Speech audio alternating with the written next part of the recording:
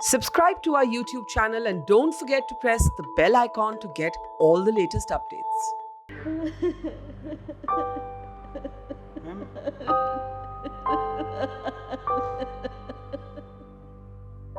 बीते दिनों Delhi civil defence में काम करने वाली एक महिला का मर्डर कर दिया जाता है। हत्या के अगले दिन निजामुद्दीन नाम के एक व्यक्ति ने इस हत्या की जिम्मेदारी लेते हुए कालिंदी कुंज थाने में आत्मसमर्पण किया और महिला को अपनी पत्नी बताता है, लेकिन वह किसी भी डॉक्यूमेंट के थ्रू अपनी शादी का प्रूफ नहीं दे पाया। परिवार वालों का आरोप है कि किसी निजी दुश्मनी के चलते नहीं, बल्कि कई लोगों ने मिलकर साजिश के तहत उसकी हत्या की है। सिविल डिफेंस में काम करने वाली महिला वहां चालान काटने का काम करती थी। परिवार वालों के अनुसार उसके सीनियर के नेतृत्व में वहां फर्जी चालान काटे जा रहे थे, जो कि उसे पसंद नहीं था। इस तरह से वो अपने यहाँ हो रहे भ्रष्टाचार की एक गवाह भी थी। परिवार का आरोप है कि इसी वजह से उसके साथ काम कर रहे लोगों ने साजिशन उसकी हत्या करवा दी।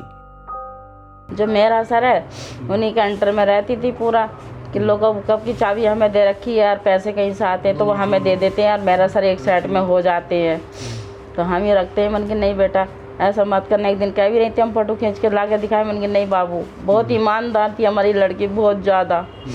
तो वही सब बताती थी यहाँ के। तो वही हमारी लड़की का जो मर्डर किया गया तो वही पैसे का ही घोटाला है, जो नकली पर्ची छाप के और चालान काटते थे ये लोग। की हत्या जो है साजिश के तहत हुई है। साजिश के तहत हत्या की गई है और इसमें बहुत रसूखदार लोगों का हाथ है। जैसा कि नाम निकल के आ रहा, रविंदर मेहरा, और एक ऑडियो क्लिप चल रही है ज्योति नाम की एक लड़की है उसकी। मुझे तो ऐसा लगता है इन सभी लोगों ने मिल करके उसको किसी बहुत बड़े मतलब साजिश के तहत उसकी हत्या की है। महिला के साथ ही काम करने वाली एक लड़की ज्योति और उसकी मां की एक कॉल रिकॉर्डिंग वायरल हो रही है, जिसमें ज्योति उसकी मां को बता रही है कि पुलिस ने उनकी बेटी को एक मामले में पूछताछ के लिए बुलाई है। सिविल डिफेंस कर्मचारी महिला के एक सीनियर रविंद्र मेहरा को घूस लेने के आरोप में एंटी करप्शन ब्रांच ने बीते दिनों पकड़ा था। ज्योति के अनुसार उस मामले में उसको भी पूछताछ के लिए बुलाया गया होगा। मेहरा पर आरोप था कि चालान का डर दिखाकर इस अधिकारी ने लाजपत नगर के तमाम स्पाम मालिकों को धमकाना शुरू कर दिया था और सबसे 1-1 लाख रुपए महीने की डिमांड की थी। साथ ही वह पहले से ही ऐसे काम करते आ रहा था जिसकी जानकारी महिला को थी और उसने अपने घर पर भी इसके बारे में बताया हुआ था।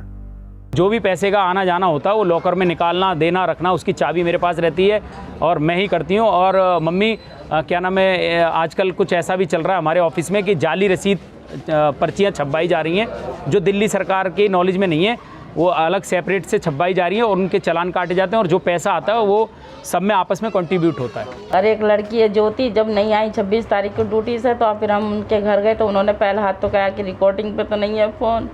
मनी नहीं रिकॉर्डिंग पे नहीं है, आप बात बताओ। तो कह रही कि आंटी मैं क्या बताऊँ, मेरा सर को उठा लिया गया, पुलिस वालों ने उठा लिया है तो उसकी पूछताछ के लिए को ले जाया जाएगा। मनी का क्या मैटर है, जब मेरा सर को उठाया तो कह रही कि नहीं उसको ले जाया जाएगा। फिर इतनी बात हमसे कह रही परेशान मत हो और आप आराम से रहो और चिंता मत करो किसी बात की भी, और सेफ्टी कहाँ भी है तुम्हारी लड़की सेफ्टी में है। तो फिर हम बैठे रहे 2 मिनट के लिए, फ़ोन होल्ड पर रख दिया उन्होंने। फिर किसी से बात करी, फिर बात करने के बाद में फिर उस लड़के का नाम आया जो सिलेंडर अपने में हो गया है कि उसी के साथ गई थी वो, वही ले जा गया था पूछताछ के लिए। और हमारी लड़की ऐसी नहीं थी, बहुत अच्छी थी मेरी लड़की, तो पूरा घर मेरा चला रही थी, पढ़ी लिखी, कहती थी अपने बहन भाइयों को पढ़ाऊंगी लिखाऊंगी, बड़ा ऑफिसर बनाऊंगी। पोस्टमार्टम रिपोर्ट के अनुसार महिला के गले और छाती पर चोट के बहुत गहरे निशान पाए गए थे। उसकी हत्या करने के बाद उसके शव को सूरजकुंड थाना क्षेत्र के एक झाड़ी में फेंक दिया गया था। इसके बाद उसके पिता ने सूरजकुंड थाने में निजामुद्दीन के खिलाफ FIR भी दर्ज कराई है। पुलिस ने 302 के तहत हत्या का मुकदमा दर्ज किया है। परिवार को यह आशंका है कि इस हत्या में और भी कई लोग शामिल हो सकते हैं, इसलिए वो CBI जांच की भी मांग कर रहे हैं। पुलिस ने इस मामले में महिला के किसी साथी या सीनियर को अभी तक अभियुक्त नहीं बनाया है। पुलिस मामले की जांच कर रही है और इसके उपरांत ही यह स्पष्ट हो सकेगा कि इस हत्या में और किन किन लोगों की संलिप्तता थी।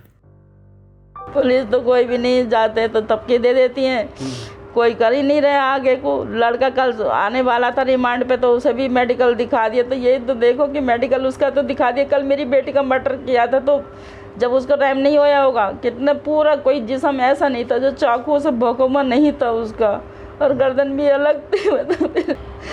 तो यही मेरी मांग है कि मुझे इंसाफ चाहिए, CIP की जांच चाहिए, और मेरा केस हरियाणा से दिल्ली ट्रांसफ़र होना चाहिए और उनको फांसी होनी चाहिए। और नहीं तो मैंने तो ये ओढ़ ही रखा है कि सफ़ेद कफन मैंने भी पहन रखा है कि दोनों हत्या कर लेंगे फिर हम वहाँ जाके।